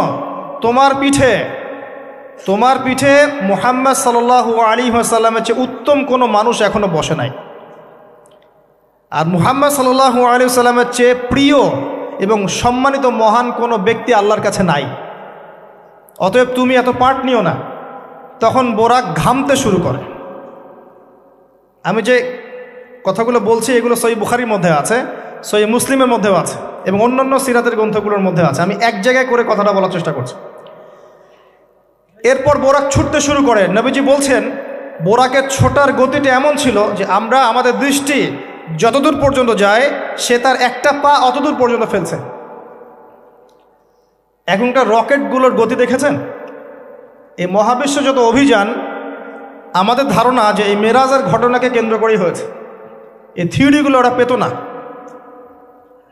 মহাবিশ্বের এই আকাশ ভেদ করে যাওয়া যায়, এই যে কনসেপ্টটা, এই কনসেপ্টটা কিন্তু নবী সাল্লাল্লাহু আলাইহি ওয়াসাল্লাম মেরাজের আগে কখনো হয়নি। একমাত্র ঘটনা পৃথিবীতে যে পৃথিবীর কোনো মানুষ 7 আকাশের উপরে গিয়েছেন, আল্লাহর সাথে কথা বলে এসেছেন। সুবহানাল্লাহ। এমনকি কোনো নবীর ক্ষেত্রেও এটা হয়নি, কোনো নবীর ক্ষেত্রেও নয়। সেখানে গিয়ে দেখলেন মসজিদের মধ্যে একজন ব্যক্তি সালাত আদায় করছেন। দেহের গড়নটা একটু লম্বা এবং চুলগুলো কোকড়ানো, কানের লতি পর্যন্ত, রুগ্ন একটু। তাকে বলা হচ্ছে ইনি হচ্ছেন মুসা আলাইহিস সালাম, সালাত পড়ছেন। এখন কিভাবে সালাত পড়ছেন, জীবিত না মৃত নাকি বারজাখে, আমরা ব্যাখ্যা করতে পারবো না। যা তিনি দেখেছেন তাই বলেছেন, আমরা বিশ্বাস করেছি, সামি'না ওয়া আতা'না। যেমনটা আবু বকর সিদ্দিককে বলা হয়েছে রাদিয়াল্লাহু আনহু, আপনি কি মেরাজের ঘটনা বিশ্বাস করেন? আপনি কি মেরাজের ঘটনা বিশ্বাস করেন? আল্লাহ রাসূল সাল্লাল্লাহু আলাইহি ওয়াসাল্লাম এক রাতের মধ্যে বাইতুল মাকদিস গিয়েছেন, সেখান থেকে আরশে আজিম, আবার ফিরে এসেছেন, অজুর পানি গড়িয়ে পড়ছে। আবু বকর সিদ্দিক তিনি বলছেন, এর চাইতেও বড় কথা তো আমি বিশ্বাস করি, সেটা হলো আসমান থেকে কোরআন তার উপর নাজিল হচ্ছে প্রতিনিয়তই। যে আল্লাহ তার উপর কোরআন নাজিল করতে পারেন, তাকে আসমানে নিয়েও যেতে পারেন, এটা অবিশ্বাস করার কি আছে? এরপর থেকে তার নাম হয় কি? সিদ্দিক। তো আমরা ওই দিকে যাওয়ার চেষ্টা করি। নবীজি বলেছেন, ব্যাস সত্য। এবং এখানে ঢোকার আগে একটা পাথরের মধ্যে এই বোরাকটাকে বেঁধে রাখা হয়। আরেকজন ব্যক্তিকে দেখেছেন যার গড়ন ফর্সা এবং লালচে, এই দুইটা কালারকে মিক্স করলে যেমন গায়ের রং হবে এমন, এবং চুলগুলো হচ্ছে অনেক সোজা, সিল্কি। সিল্কি শব্দটা আমি বুঝলাম, চুলগুলো অনেক সোজা, এটা আমার কথা। স্বচ্ছ ঝকঝকে চুল। তো গায়ের গড়নটা খুব বেশি লম্বাও না, খুব বেশি খাটোও না। নবীজিকে বলা হচ্ছে ইনি হচ্ছেন ঈসা ইবনে মারইয়াম। নবী সাল্লাল্লাহু আলাইহি ওয়াসাল্লাম আরেকজনকে দেখলেন যার গড়নটা হুবাহু নবী সাল্লাল্লাহু আলাইহি ওয়াসাল্লামের মতোই। এবার তাকে বলা হলো ইনি হচ্ছেন আদি পিতা ইব্রাহিম আলাইহিস সালাম। ইব্রাহিম আলাইহিস সালামের সাথে আমাদের নবী সাল্লাল্লাহু আলাইহি ওয়াসাল্লামের পুরো ফিজিক্যালিও মিল ছিল, এবং জীবনের যে গতি এখানেও মিল ছিল। হয়তোবা এই কারণেই আমরা দরুদ ইব্রাহিমে অন্য নবীর নাম না নিয়ে ইব্রাহিম আলাইহিস সালামের নামটা নিচ্ছি। আল্লাহু আলাম, আল্লাহ ভালো জানে। যখন নবীর নাম আসবে সবাই কমসে কম সাল্লাল্লাহু আলাইহি ওয়াসাল্লামটুকু বলবেন মনে মনে। এবার সেখানে নবী সাল্লাল্লাহু আলাইহি ওয়াসাল্লাম সমস্ত নবীদেরকে নিয়ে 2 রাকাত সালাত পড়লেন। তিনি ইমামতি করলেন। নবীদের ইমাম হচ্ছেন আমাদের নবী মুহাম্মদুর রাসূলুল্লাহ সাল্লাল্লাহু আলাইহি ওয়াসাল্লাম। আল্লাহ পাক আমাদের সবাইকে তার সুন্নাহগুলো আমল করার তৌফিক দান করুন। আমাদের প্রতিটা কাজ যেন তার সুন্নাহ মতো হয়, আল্লাহ পাক সে তৌফিক এনায়েত করুন। এরপর নবী সাল্লাল্লাহু আলাইহি ওয়াসাল্লামকে নিয়ে যাওয়া হচ্ছে আকাশে। প্রথম আকাশের দরজা আছে। এখন নাসা যদি আবিষ্কার করতে ব্যর্থ হয়, আমাদের কিছু করার নাই, আকাশের দরজা আছে। ওরা যদি বলে জান্নাত জাহান্নামের ব্যাখ্যা কি, জান্নাত জাহান্নাম তো সায়েন্স প্রমাণ করতে পারছে না, তাহলে এগুলোর কি ব্যাখ্যা? আমরা বলবো এটা সায়েন্সের ব্যর্থতা, জান্নাত জাহান্নামের অস্তিত্বের ব্যর্থতা নয়, এটা সায়েন্সের ব্যর্থতা। আছে, খুঁজতে থাকেন, একদিন পাবেন ইনশাআল্লাহ। তবে পাওয়ার আগে যে কিয়ামত হয়ে যাবে এটা নিশ্চিত, পাওয়ার আগে কিয়ামতই হয়ে যাবে। আমরা কারেন্ট অ্যাফেয়ার্সে দেখেছিলাম কয়েকদিন আগে একটা গ্রহের সন্ধান পাওয়া গেছে। এই গ্রহটা ডায়মন্ড দিয়ে তৈরি, হীরার। এখন বিশ্ববাসী বিশ্বাস করছে হ্যাঁ হীরার গ্রহ আছে। কথা বুঝতে পারছেন? আল্লাহ পাক কোরআনে বলেছেন জান্নাতের মাটি হবে সোনার, আছে না, সোনার, মতির, জহরতের। তো যদি কখনো দেখবেন সায়েন্স বলে যে হ্যাঁ এমন একটা গ্রহ পাওয়া গেছে পৃথিবী থেকে কয়েক কোটি আলোকবর্ষ দূরে, গ্রহের নাম হচ্ছে JNAXYZ.000 অমুক, এদের নামগুলো এমন ভয়ঙ্কর হয় আর কি, তখন দেখবেন বিশ্বের মানুষ বিশ্বাস করবে না? বিশ্বাস নিশ্চিত বিশ্বাস করবে। আমাদের পুরো চিন্তাটাই এখন এমন, সায়েন্স বললে হ্যাঁ আমি হ্যাঁ, ও যদি বলে না আমি না। 20 সেকেন্ড হাত দাও, 20 সেকেন্ডই। মাস্ক না পড়লে যাবে না, ভাইরাস যাবেই না, পড়তেই হবে। 3 ফিট দূরে দাঁড়াও, 4 ফিট দূরে দাঁড়াও, ও যা বলবে তাই। এটা শিরক, মসজিদের মধ্যে আমরা বানরের মতো নামাজ পড়ছি, জাস্ট লাইক ডঙ্কিস, 4 ফিট দূরে দূরে এক একজন। সুবহানাল্লাহ, মাঝখানে কি শয়তানের জন্য? বাকি সবখানে এক জায়গায় একত্রিত হওয়া যাচ্ছে। মসজিদে গেলে 1000টা রেস্ট্রিকশন, কি সমস্যা? সমস্যা কোথায়? চেহারা ঢেকে নামাজ হয় মসজিদে? বড় বড় ওলামায়ে কেরামদের কাছে ফতোয়া নেন। একটা বিশ্বাস, একটা ভয়, একটা আতঙ্ক। আর কিছু কিছু মিডিয়ার কাজ হচ্ছে মানুষকে আতঙ্কিত করা। আজকে কয়টা মরল, আজকে কয়টা আক্রান্ত হলো, আজকে কয়টা কী হলো। মানুষের সাইকোলজিক্যালি এমন, মানে মাইন্ডসেটটা তৈরি করা হচ্ছে এমন যে ভয়, আতঙ্ক। কেন ভাই, মরবেন না কখনো? সতর্ক থাকার নাম কি এরকম করা? সারা বিশ্বের মানুষকে ভয় দেখিয়ে আতঙ্কিত করে ফেলা হচ্ছে। আর ওইদিকে দেখেন যাদের যুদ্ধ করার যুদ্ধ করছে, যাদের যা কিছু করার তাই করছে। সারা ওয়ার্ল্ড অ্যাফেয়ার্স কি থেমে আছে? মানুষের দৃষ্টিভঙ্গিকে একদিকে ফোকাস করিয়ে দেয়। আমরা বলছি না যে ভাইরাসের অস্তিত্ব নাই, কিন্তু আল্লাহর চেয়ে বেশি ভয় তাকে করতে হবে কেন? বিগত 1 বছরে যতগুলো মানুষের সাথে আমি মোসাফা করেছি, এতদিনে আমার কবরে থাকার কথা ছিল, যদি সায়েন্স সত্য হয়। কথা কি বুঝতে পারছেন না? এখন আপনি আমাকে ব্যাখ্যা দেন যে আমার কেন হয় নাই, ব্যাখ্যা দেন। কি ব্যাখ্যা দিবেন আপনি আমাকে? প্রতিটা দিন ইভেন এই মাহফিলের সিজনে প্রতিটা দিন মিনিমাম 100-200 মানুষের সাথে আমি মোসাফা করেছি, এবং সবাই এটা সাক্ষী। একটা দিন আমার জ্বর আসে নাই, এর কি ব্যাখ্যা দিবেন? সায়েন্স যদি এটাই বলে যে মোসাফা করলেই ভাইরাস হবে, মোসাফা করলেই ভাইরাস হবে, তাহলে আমার হইল না কেন? এর ব্যাখ্যা দেন। কোনো ব্যাখ্যা নাই। এরপরেও আল্লাহ বিশ্বাস করবে না, এরপরেও আল্লাহ বিশ্বাস করবে না। জামজাম কূপ, জামজাম কূপের পানির ব্যাখ্যা দেন, কিভাবে এত পানি চলছে, শেষ হচ্ছে না কেন? আমাদের চিন্তা ভাবনা চেঞ্জ করেন। ও যা বলবে তার 100% সত্যি হতে হবে এমন নয় বিষয়টা।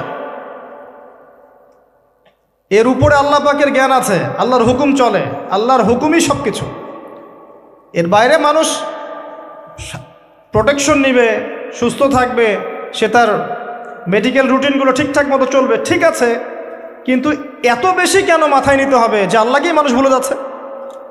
সব কিছুর ঊর্ধ্বে মনে হয় যে বস্তুবাদিতে আল্লাহ অনেক পরের। আল্লাহ ব্যাপারটা কেন এমন কেন হলো?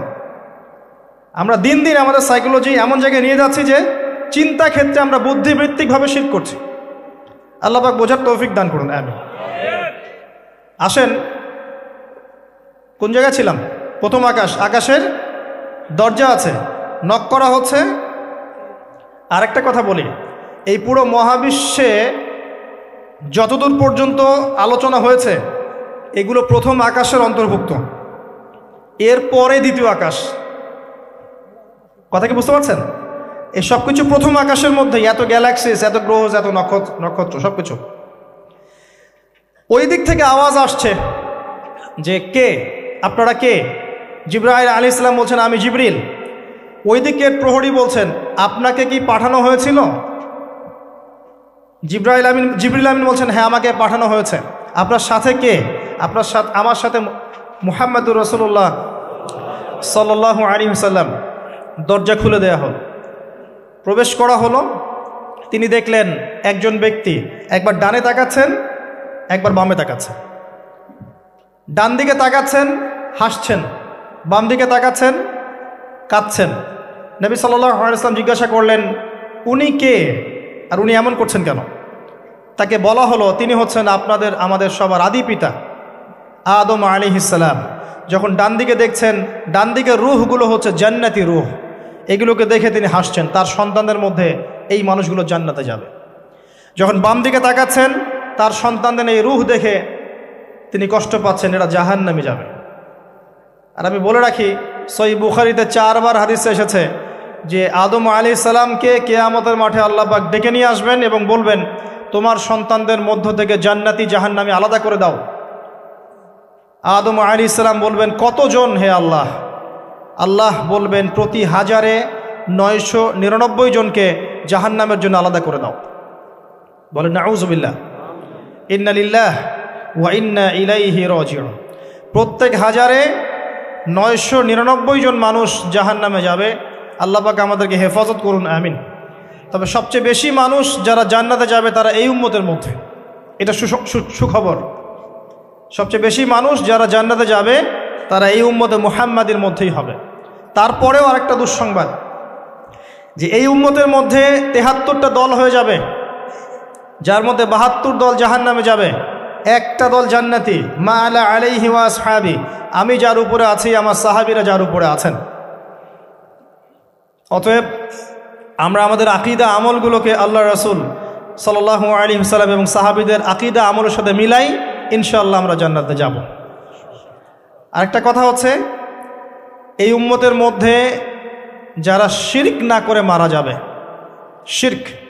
শিরকের গুনাহ না করে মারা যাবে, হয়তো অন্য অন্য বড় গুনাহ আছে, আল্লাহ চাইলে তাদের সমস্ত গুনাহকে মাফ করে জান্নাতে দিতে পারেন। সাবধান থাকবেন শিরক থেকে। আল্লাহ পাক সবাইকে শিরক থেকে মুক্ত রাখুন, আমিন। আদম আলাইহিস সালামকে দেখে তিনি সালাম দিলেন, তিনি সালামের প্রতি উত্তর দিলেন, মারহাবা জানালেন এবং এগিয়ে চললেন। দ্বিতীয় আসমানে নবী সাল্লাল্লাহু আলাইহি ওয়াসাল্লাম সাক্ষাৎ হচ্ছে দুজন নবীর সাথে। একজন ঈসা ইবনে মারিয়াম, নাম শুনেছেন? তিনি সেই নবী যিনি কে হত্যা করবেন এবং এই পৃথিবীতে তিনি আবারও ফিরে আসবেন ইনশাআল্লাহ। ন্যাটো ওকে ঠেকাতে পারবে না, জিউসরা তাকে ঠেকাতে পারবে না, ইসলামের অন্যান্য যে বিরোধী শক্তি তারা তাকে ঠেকাতে পারবে না। তিনি পৃথিবীতে আসবেন, সিরিয়ার দামেস্কের সাদা মিনারের উপরে তিনি অবতরণ করবেন দুইজন ফেরেশতার কাঁধে ভর দিয়ে। যখন তার চুল দিয়ে টপ টপ করে পানি পড়তে থাকবে এবং এই ঘামগুলো বা পানিগুলো দেখতে মুক্তার মতো মনে হবে। হাদিস এভাবে স্পষ্ট এসেছে, হাদিস এভাবে স্পষ্ট এসেছে, টাটকা। যে কোনো আলেমকে জিজ্ঞাসা করেন, আপনাকে বলে দিবেন ইনশাআল্লাহ। তার সাথে আরেকজন নবীকে দেখলেন, নবী সাল্লাল্লাহু আলাইহি ওয়াসাল্লাম, তার নাম ইয়াহইয়া আলাইহিস সালাম, ঈসা ইবনে মারিয়ামের খালাতো ভাই, বা দুজনের মাঝখানে একটা সম্পর্ক আছে, আমি এই মুহূর্তে ভুলে গেছি, এরকমই কিছু একটা হবে। ইয়াহইয়া আলাইহিস সালাম সেই নবী যার নাম আল্লাহ পাক নিজে রেখেছেন, সুবহানাল্লাহ। তিনি সাইয়্যেদ ছিলেন, নেতা ছিলেন, নবী ছিলেন। একইভাবে সালাম বিনিময় হলো, নবীজি এগিয়ে চললেন সাল্লাল্লাহু আলাইহি ওয়াসাল্লাম। তৃতীয় আকাশে তিনি দেখলেন আরেকজন নবী, তাকে বলা হলো তিনি হচ্ছেন ইউসুফ আলাইহিস সালাম, যাকে পুরো পৃথিবীর অর্ধেক সৌন্দর্য দেওয়া হয়েছে। আর আপনারা জানেন সূরা ইউসুফ একটা সূরাই আছে, আর এই সূরা ইউসুফ জুলাইখার প্রেম কাহিনী নয়, বরং এই সূরা হচ্ছে ইউসুফ আলাইহিস সালামের সাথে তার পিতা ইয়াকুব আলাইহিস সালামের প্রেম কাহিনী। ভালো করে পড়ে দেখবেন। কিভাবে বললাম? ছেলের শোকে কাতর হয়ে বাবা কাঁদতে কাঁদতে অন্ধ হয়ে গেছেন। আপনার গার্লফ্রেন্ড কি আপনার জন্য অন্ধ হয়েছে? যখন ইউসুফ আলাইহিস সালাম একটা রুমাল পাঠালেন, মনে আছে, তার বাবার চোখে দেওয়ার জন্যে, দূর থেকে, যোজন যোজন দূর থেকে তার পিতা বলছেন, আমি ইউসুফের গন্ধ পাচ্ছি। বাবার ছেলের এমন প্রেম কাহিনী আপনি কোথাও পাবেন না। এটা সূরা ইউসুফ, পড়ে দেখেন। আর ইউসুফ আলাইহিস সালামের যে চরিত্র ছিল, তার চেহারার চেয়ে চরিত্র আরও বেশি সুন্দর ছিল। তাকে জেনার অফার করা হচ্ছে, তিনি বলছেন আল্লাহকে আমি ভয় করি। আর যুবকদেরকে আমরা বলতে চাই যে যদি আপনি জেনা থেকে দূরে থাকতে পারেন, যদি শুধু জেনা থেকে দূরে থাকতে পারেন, আল্লাহ পাক আপনার যে কোনো দোয়া কবুল করবে ইনশাআল্লাহ।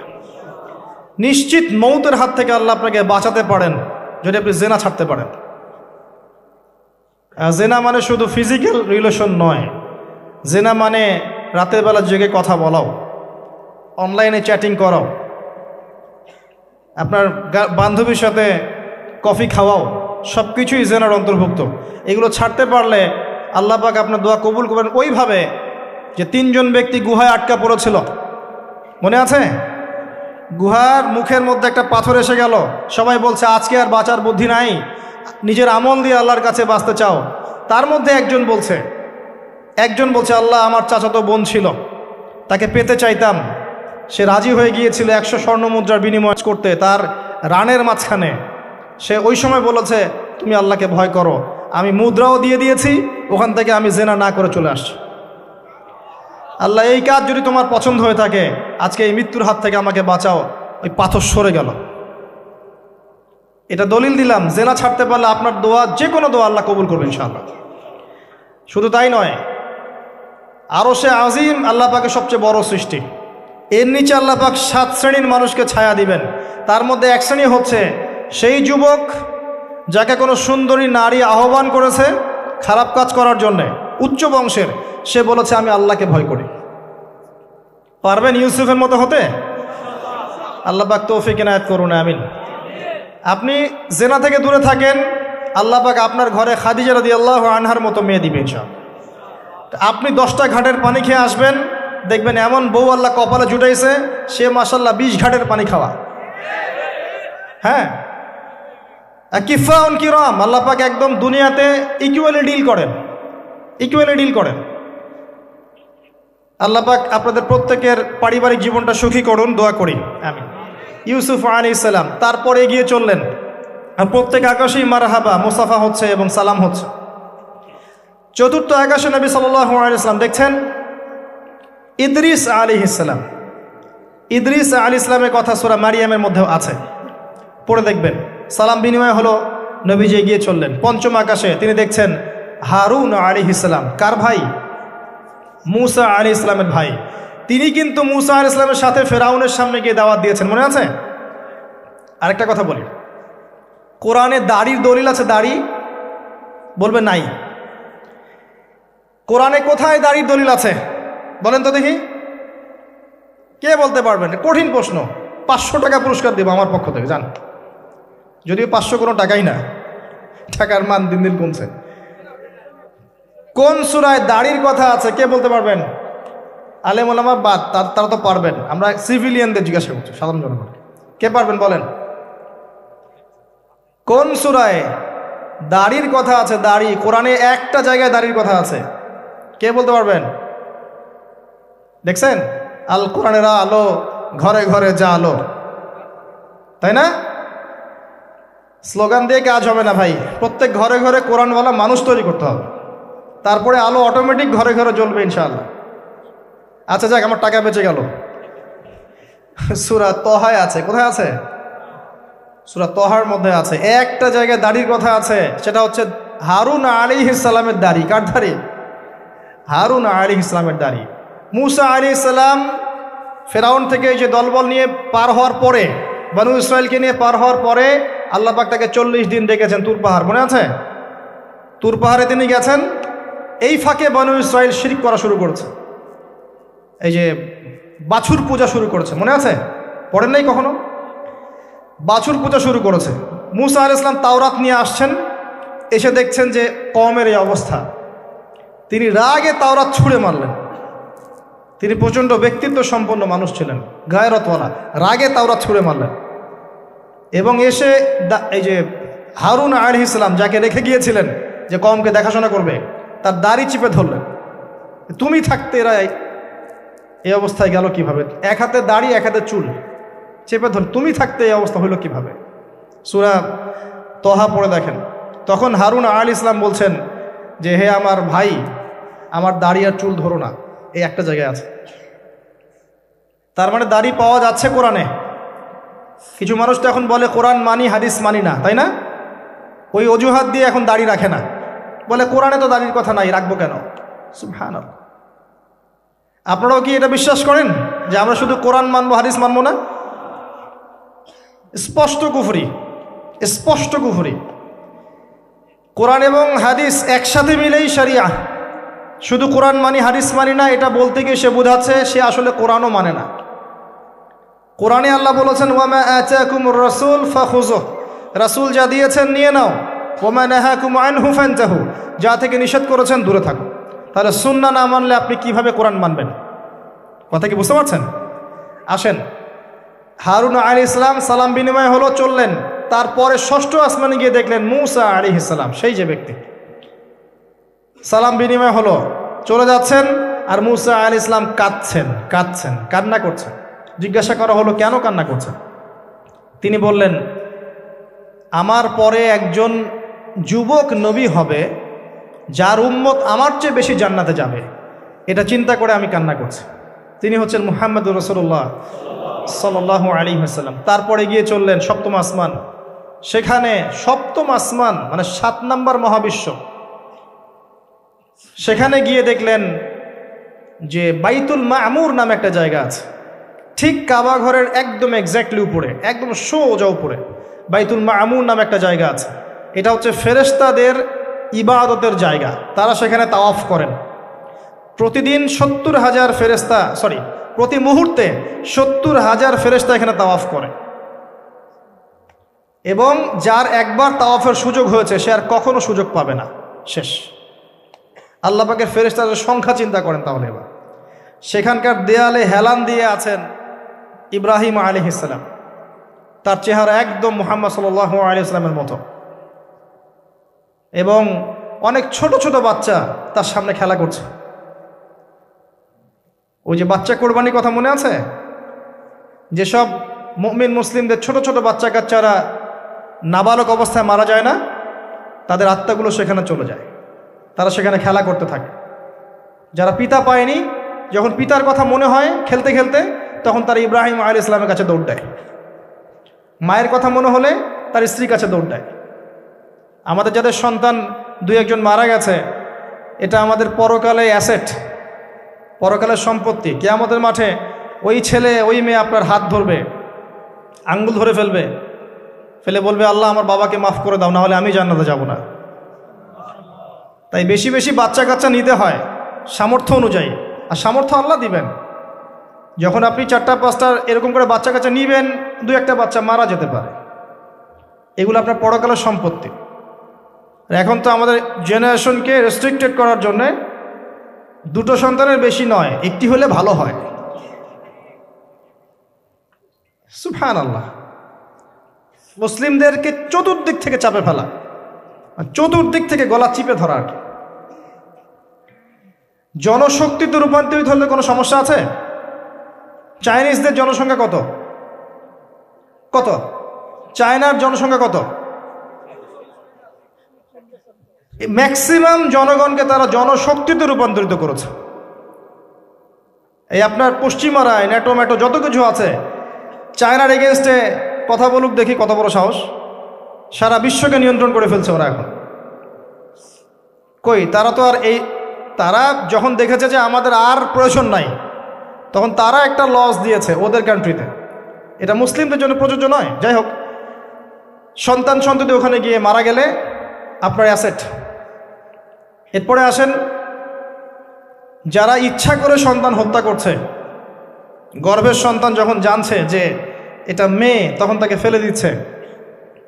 আবার অবৈধ সন্তান যারা অ্যাবর্শন করে নষ্ট করছে, এই যে হত্যাগুলো, এই প্রাণগুলোকে আল্লাহ পাক কিয়ামতের মাঠে জীবন্ত করবেন, এবং তাদেরকে দেখিয়ে ওই ব্যক্তিদেরকে চার্জ করা হবে যে কি অপরাধে তাকে হত্যা করা হয়েছে। সতর্ক হয়ে যান। আল্লাহ পাক এটাও বলেছেন, দারিদ্র্যের ভয়ে সন্তানকে হত্যা করো না, রিজিক আল্লাহ দিবেন ইনশাআল্লাহ। এই সমুদ্রের কোটি কোটি মাছকে আল্লাহ পাক খাওয়াতে পারলে আপনাকে আমাকেও খাওয়াতে পারবে ইনশাআল্লাহ, যদি না আমরা আমাদের রিজিকটা সংকুচিত করে ফেলি। মানুষের রিজিক কেড়ে খাচ্ছে সুদের মধ্য দিয়ে। মানুষের রিজিক কেড়ে খাচ্ছে সুদের মধ্য দিয়ে, অন্য কোনো বিষয় নাই, সুদ, রিবা। আসেন, সপ্তম আসমানে এই অবস্থা। এরপরে নবী সাল্লাল্লাহু আলাইহি সাল্লামকে আরও সামনে নিয়ে যাওয়া হলো। এই জায়গার নাম সিদরাতুল মুনতাহা। কি নাম? সর্বশেষ জায়গা, যেখানে জিবরাইল আলাইহিস সালামও এর উপরে আর যেতে পারেন না। যদিও বা জিবরাইল আলাইহিস সালাম ফেরেশতাদের সর্দার, তিনিও যেতে পারেন না। তারপরে আরেকটা জগৎ আছে, ওই জগৎ থেকে আদেশ এই সিদরাতুল মুনতাহা পর্যন্ত আসে, এখান থেকে কালেক্ট করে নিচে নামানো হয়। আবার এখান থেকে কোনো আদেশ বা কোনো আদেশ না, এখান থেকে কোনো ফলাফল মুনতাহা পর্যন্ত নিয়ে যাওয়া হয়, সেখান থেকে উপরে তুলে নেওয়া হয়। ওটা একটা বর্ডার, কথা বুঝতে পারছেন? এটা একটা বর্ডার, নো ম্যানস ল্যান্ড। এই জায়গায় গিয়ে জিবরাইল আলাইহিস সালাম নিজের আকৃতিতে আসলেন। 600টা পাখা। কতগুলো পাখা? 600 পাখা। নবী সাল্লাল্লাহু আলাইহি সাল্লাম একটু বিব্রত বোধ করছিলেন, তিনি আবার আগের রূপে ফিরে আসলেন। এই জায়গায় বাহন চেঞ্জ করা হলো। এখানে নবী সাল্লাল্লাহু আলাইহি সাল্লাম বলেছেন, আমি সিদরাতুল মুনতাহায় এমন কিছু রং দেখেছি, এত অপরূপ সৌন্দর্য দেখেছি, যেটা কোনো মানুষের পক্ষে ভাষায় প্রকাশ করা সম্ভব না। এটা শেষ সীমানা, এবং এটা একটা বড়াই গাছের মতো দেখতে, বড়ই গাছ, বড়াই গাছ না, আসলে বড়ই গাছের কুল গাছের মতো দেখতে। এরপর আরেকটা বাহন আনা হলো, এটা বাহন চেঞ্জ করা হলো। এবার তিনি আরও ঊর্ধ্বে উঠে যাচ্ছেন, উঠছেন উঠছেন উঠছেন। একটা পর্যায়ে ওই জগতে যে ফেরেশতারা আছেন যারা আল্লাহ পাকের আদেশ লিখছেন, ওই আদেশগুলো লিখার যে কলমের খসখস শব্দ, এটা নবীজি শুনতে পারলেন। সুবহানাল্লাহ। নূরের পর্দার কাছাকাছি তাকে নিয়ে যাওয়া হলো, একদম আল্লাহ পাকের কাছাকাছি, আরো সে আজিমের কাছাকাছি। এখানে আল্লাহ রাব্বুল আলামিন সরাসরি তার সাথে কথা বললেন, যা ওহী করার তা করলেন, এবং স্পেশালি 3টা গিফট বা হাদিয়া দিলেন। কয়টা? 1 নাম্বার 50 ওয়াক্ত নামাজ। কত ওয়াক্ত? 2 নাম্বার সূরা বাকারার শেষের 3 আয়াত, সূরা বাকারার শেষের 3 আয়াত। আর 3 নাম্বার হচ্ছে একটা ঘোষণা, হে নবী মুহাম্মদ সাল্লাল্লাহু আলাইহি ওয়াসাল্লাম, তোমার উম্মতের কোনো ব্যক্তি যদি আমার সাথে শিরক না করে মারা যায়, আমি তাকে জান্নাতে দিয়ে দিব ইনশাআল্লাহ। আজকে এই মেরাজুন নবী নিয়ে অনেক আলোচনা হবে, কিন্তু আলোচনা হওয়ার পরে আমরা যদি এই নামাজের পাবন না হতে পারি, সূরা বাকারার শিক্ষা নিতে না পারি, বা শেষের আয়াত মুখস্থ করতে না পারি, শিরক ছাড়তে না পারি, আদতে আলোচনার কোনো ফায়দা নেই। কথা বুঝতে পারছেন? এখানকার 3টা মৌলিক হাদিয়া তিনি নিয়ে আসছেন। এবার নিচে নামছেন, ওই যে 6ষ্ঠ আসমানে অপেক্ষা করছেন কে? মুসা আলাইহিস সালাম। কোথায় যাচ্ছেন? এই কি হলো আল্লাহর সাথে কথাবার্তা? এই হয়েছে। কি দিয়েছে আপনাকে? 50 ওয়াক্ত নামাজ। বলেন কি 50 ওয়াক্ত নামাজ? আমার উম্মতে 2 ওয়াক্ত নামাজ ছিল, পড়তে পারে নাই। পারবেন আপনার উম্মত? আপনি ফিরে যান, নামাজ কমিয়ে নিয়ে আসেন। লজ্জাবোধ করলেন নবী সাল্লাল্লাহু আলাইহি সাল্লাম, তাও ফিরে গেলেন। 50 থেকে 45, 45 থেকে 40, 40 থেকে 35, করতে করতে করতে করতে 5। এবারও মুসা আলাইহিস সালাম বলছেন ফিরে যান, পারবে না আপনার উম্মত। মুসা আলাইহিস সালাম কত দূরদর্শী ছিলেন দেখেন, পারে উম্মত? ম্যাক্সিমামই তো পারে না। কথা ঠিক আছে না? ম্যাক্সিমাম উম্মতই কিন্তু পারছে না 5 ওয়াক্ত নামাজ পড়তে। তো মুসা আলাইহিস সালামের দূরদর্শিতা ঠিকই ছিল, পারবে না আপনার উম্মত। তিনি লজ্জাবোধ করলেন। আল্লাহ পাক বললেন, তোমার উম্মতের জন্য 5 ওয়াক্তই ফিক্স করলাম, কিন্তু যদি 5 ওয়াক্ত তারা ঠিকঠাক মতো আদায় করে 50-এর নেকি দিয়ে দিব ইনশাআল্লাহ। এবং আরেকটা ঘোষণা দিলেন, সেটা হচ্ছে যে তোমার উম্মতের যে কোনো ভালো কাজকে 10 দিয়ে গুণ করে দেয়া হবে। একটা নেকির কাজ করবেন, 10 গুণ বৃদ্ধি করা হবে, কিন্তু একটা গুনাহ করলে 10 দিয়ে গুণ করা হবে না, একই থেকে যাবে। এবং আপনার উম্মতের কোনো ব্যক্তি যদি কবিরা গুনাহ ছেড়ে দেয়, কবিরা গুনাহ তো বোঝেন, বড় বড় গুনাহ ছেড়ে দেয়, তার সমস্ত সগীরা গুনাহ মাফ করে দেওয়া হবে। আর কি চাই? এবার নবী সাল্লাল্লাহু আলাইহি ওয়াসাল্লাম ফিরে আসছেন। এবার শোনেন আমাদের শিক্ষা। ফিরে আসছেন, আসার আগে তাকে জান্নাত জাহান্নাম দেখানো হয়েছে। নবী সাল্লাল্লাহু আলাইহি ওয়াসাল্লাম যে বিষয়গুলো দেখেছেন, এর মধ্যে যেগুলো হাদিসে এসেছে আমি খুব সংক্ষিপ্ত আকারে বলছি, এবং এখান থেকে আমরা শিক্ষা নেবেন। মনে রাখবেন, এখন যেগুলো বলছে এগুলো এই উম্মতের জন্য খাস, আমাদের উম্মতে মুহাম্মাদের জন্য খাস। তিনি আসছেন, বারজাখের জগতি হোক আর জাহান্নামের শাস্তি হোক। একজন ফেরেশতাকে দেখলেন, তার মুখে হাসি নাই। কি নাই? জিবরাইল আলাইহিস সালামের সাথে কথোপকথন হচ্ছে, তিনি নবীজিকে সালাম দিলেন, সালামের উত্তর দেওয়া হলো, কিন্তু মুখে হাসি নাই। বাকি সবাই তার সাথে হাসি মুখে সাক্ষাৎ করেছেন, এই ফেরেশতা বাদ দিয়ে। তিনি জিজ্ঞাসা করছেন জিবরিল আলাইহিস সালাম, তার মুখে হাসি নাই কেন? তাকে বলা হলো, এই ফেরেশতার নাম হচ্ছে মালিক। কি নাম? সূরা যুখরুফের মধ্যে আছে, তার নাম হচ্ছে মালিক। আল্লাহ পাক তাকে জাহান্নামের প্রহরী বানিয়েছেন, জাহান্নামের চিফ অফ কমান্ড মালিক। যখন থেকে আল্লাহ পাক তাকে এই দায়িত্ব দিয়েছেন, তার মুখের হাসি উঠে গেছে। আল্লাহর কাছে পারমিশন চাওয়া হচ্ছে, জাহান্নাম দেখতে চাই। আল্লাহ পাক দেখার পারমিশন দিলেন। নবী সাল্লাল্লাহু আলাইহি ওয়াসাল্লাম দেখে বললেন, সেখানকার বেশিরভাগ অধিবাসী হচ্ছে নারী জাতি, এবং তিনি বললেন জাহান্নামে যাবে উদ্ধত এবং অহংকারীরা।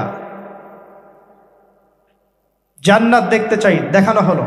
জান্নাতের ডিটেলস বর্ণনা নবীজি দিলেন ফিরে এসে। এমনকি উমর রাদিয়াল্লাহু আনহুর একটা রুম, একটা কক্ষ, একটা গোরফাও দেখে এসেছেন। ঢুকতে চেয়েছেন, ঢোকেন নাই। পরে বলেছেন, ওমর, আমি তোমার ব্যক্তিত্বের কথা চিন্তা করে সেখানে ঢুকিনি, দেখেছি জান্নাতে তোমার ঘর আছে। একটা আওয়াজ শুনেছেন, মিষ্টি কণ্ঠস্বর। কিসের কণ্ঠস্বর? মিষ্টি কণ্ঠস্বর। তাকে বলা হচ্ছে, এই কণ্ঠস্বর হচ্ছে বেলাল রাদিয়াল্লাহু আনহুর আজানের কণ্ঠস্বর। খরম, খরম জুতা আছে না, খরম, এর খটখট আওয়াজ শুনেছেন। নবীজি জিজ্ঞাসা করছেন, কার? বলা হচ্ছে এটা বেলাল রাদিয়াল্লাহু আনহুর। বেলাল রাদিয়াল্লাহু আনহুকে বলা হলো, আপনি কি এমন আমল করেন? হে বেলাল, তুমি কি এমন আমল করো যার কারণে এই মর্তবা হচ্ছে? যখনই জান্নাতে যাই আমাকে দেখানো হয়, দেখি তুমি তোমার পায়ের পদধ্বনি সামনে সামনে আছে। তখন বললেন, ইয়া রাসূলুল্লাহ, আমি তো আসলে এক্সট্রাঅর্ডিনারি কোনো আমল করি না, কিন্তু আপনারা যা করেন তাই করি। কিন্তু যখনই আমি অজু করি, আমার অজু ছুটে গেলে আমি অজু করি, আর অজু করেই আমি 2 রাকাত নফল সালাত পড়ি, তাহিয়াতুল ওযু, এতটুকু কাজ করি। নবীজি বলেন, এটাই সেই কাজ যার কারণে তোমাকে জান্নাতের এই মর্তবা দেওয়া হয়েছে। নবীজি আসছেন, দেখানো হচ্ছে। এবার শোনেন, দেখানো হচ্ছে একদল মানুষ যাদের আঙ্গুলগুলো লম্বা লম্বা, তামার তামার লম্বা নখর। নখর বোঝেন? নখর। গাল এভাবে হ্যাঁচড়াচ্ছে, গাল, নিজের গাল নিজে হাসড়াচ্ছে এবং নিজের দেহ থেকে গোশত তুলে ফেলছে, ভক্ষণ করছে। নবীজি জিজ্ঞাসা করলেন সাল্লাল্লাহু আলাইহি সাল্লাম, এরা কারা? কি কারণে এদের শাস্তি হচ্ছে? তাকে বলা হলো, এরা আপনার উম্মতের সেই সব ব্যক্তি যারা সবসময় গীবত আর সমালোচনায় ব্যস্ত থাকে। শিক্ষা নিয়ে নেন, আমার মনে হয় না আমার কিছু বলার প্রয়োজন আছে। এরা আপনার উম্মতের সেই সব ব্যক্তি যারা আপোষে গীবত, অপবাদ এবং সমালোচনায় ব্যস্ত থাকতো। তার মানে এই উম্মতের একটা বড় সমস্যা হবে গীবত। এটা কিন্তু দেখে এসেছেন নবীজি, ফিউচার, তাই না?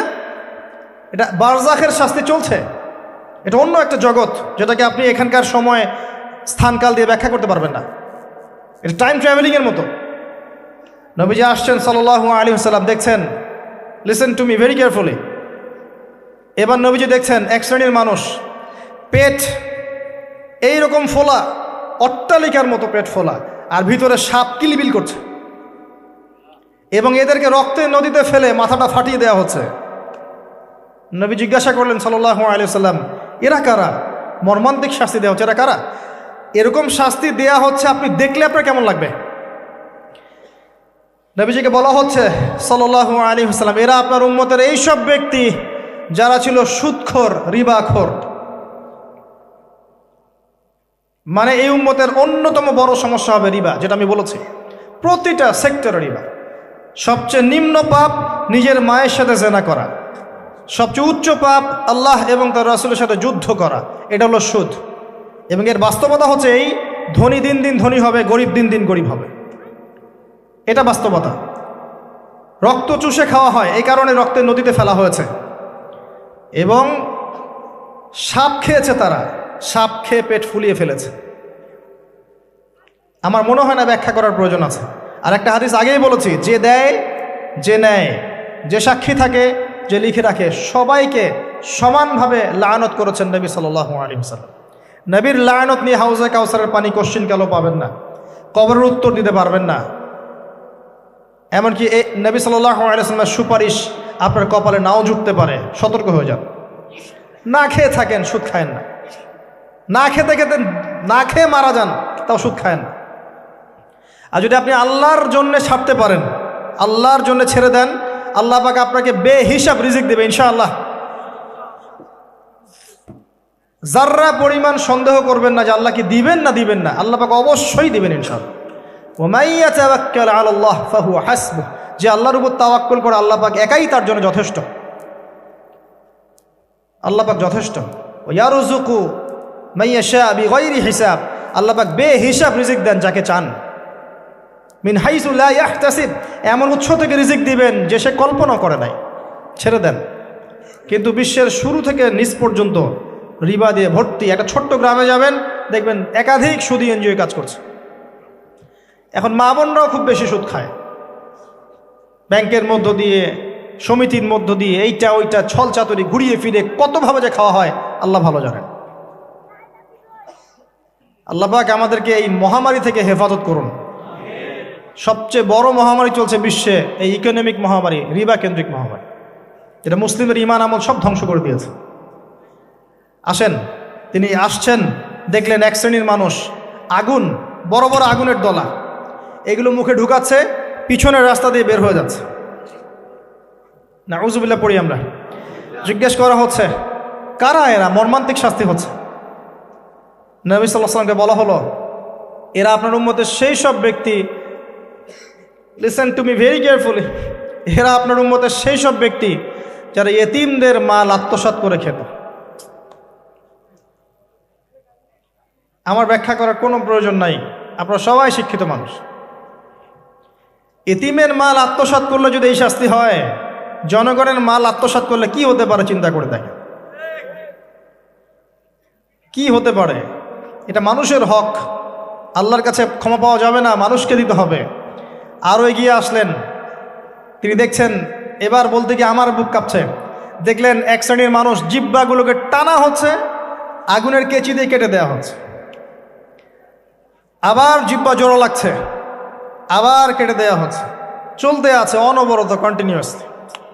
আল্লাহর কাছে কায়ামন বাক্যে দোয়া করি, এ সময় দোয়া কবুল হয়। আল্লাহ পাক যেন দোয়া আমাদের কবুল করেন, আল্লাহ পাক যেন আমাকে এবং আপনাদেরকে এদের অন্তর্ভুক্ত না করেন। জিজ্ঞেস করা হলো এরা কারা? নবী সাল্লাল্লাহু আলাইহি ওয়াসাল্লামকে বলা হচ্ছে, এরা আপনার উম্মতের সেই সব ব্যক্তি যারা ছিল বক্তা, ওয়ায়েজ, যারা অনেক বক্তব্য করত, নিজে আমল করত না। আর এই মহামারী আমাদের মধ্যে ছড়িয়ে পড়েছে, কোনো সন্দেহ নাই। যদি না পড়তো তাহলে আমাদের কথায় মানুষের জীবন পরিবর্তিত হতো। খুব কম দেখা যায় যে আমাদের কথাগুলো আপনাদের কলবে তাসির হচ্ছে। তাসির তখন হবে যখন আমার মধ্যে আমলটা থাকবে।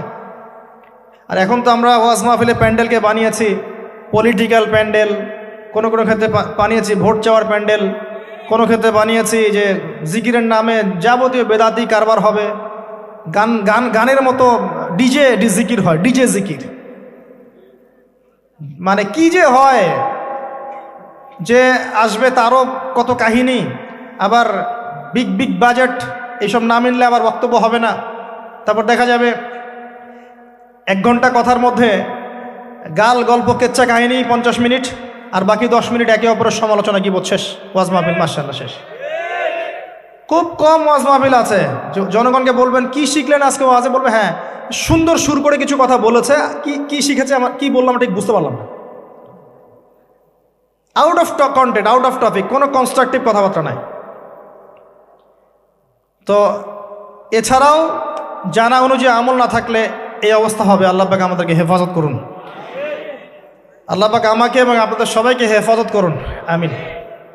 আরও এগিয়ে আসলেন, দেখা গেল এক শ্রেণীর মানুষ, যুবকরা খুব ভালো করে শোনেন এবং বিবাহিতরাও শোনেন, সামনে রাখা আছে ভালো গোশত, বাম দিকে রাখা আছে পচা গোশত, গন্ধ বের হচ্ছে। তারা এই পচা গোশত তুলে তুলে খাচ্ছে, গোগ্রাসে খাচ্ছে, ভালো গোশতের দিকে ভ্রুক্ষেপও করছে না। অবাক হয়ে নবী সাল্লাল্লাহু আলাইহি ওয়াসাল্লাম জিজ্ঞাসা করছেন, এরা কারা? তাকে বলা হচ্ছে, এরা আপনার উম্মতের সেই সব ব্যক্তি যাদের ঘরে পবিত্র স্বামী ছিল, বাইরে অন্য পরপুরুষের সাথে প্রেম করেছে, যাদের ঘরে পবিত্র স্ত্রী ছিল, বাইরে পরকিয়া করেছে। আর এখন যত মিডিয়া আছে দেখবেন, সিরিয়াল, মুভি, জাবি জাবি, এরা পরকিয়া শিখায়, জেনা এবং পরকিয়া শিখায়। খেয়াল করে দেখবেন, একটা ছেলে মেয়ের অবাধ মেলামেশা, হারাম মেলামেশাকে এমনভাবে উপস্থাপন করা হয়, মনে হয় এটা একটা পবিত্র ইবাদত মনে হয়, এবং বোঝানো হয় যে প্রেম তো পবিত্র, পবিত্র প্রেমে কি সমস্যা? আরে প্রেম পবিত্র তখন যখন আমি আমার স্ত্রীর সাথে প্রেম করব।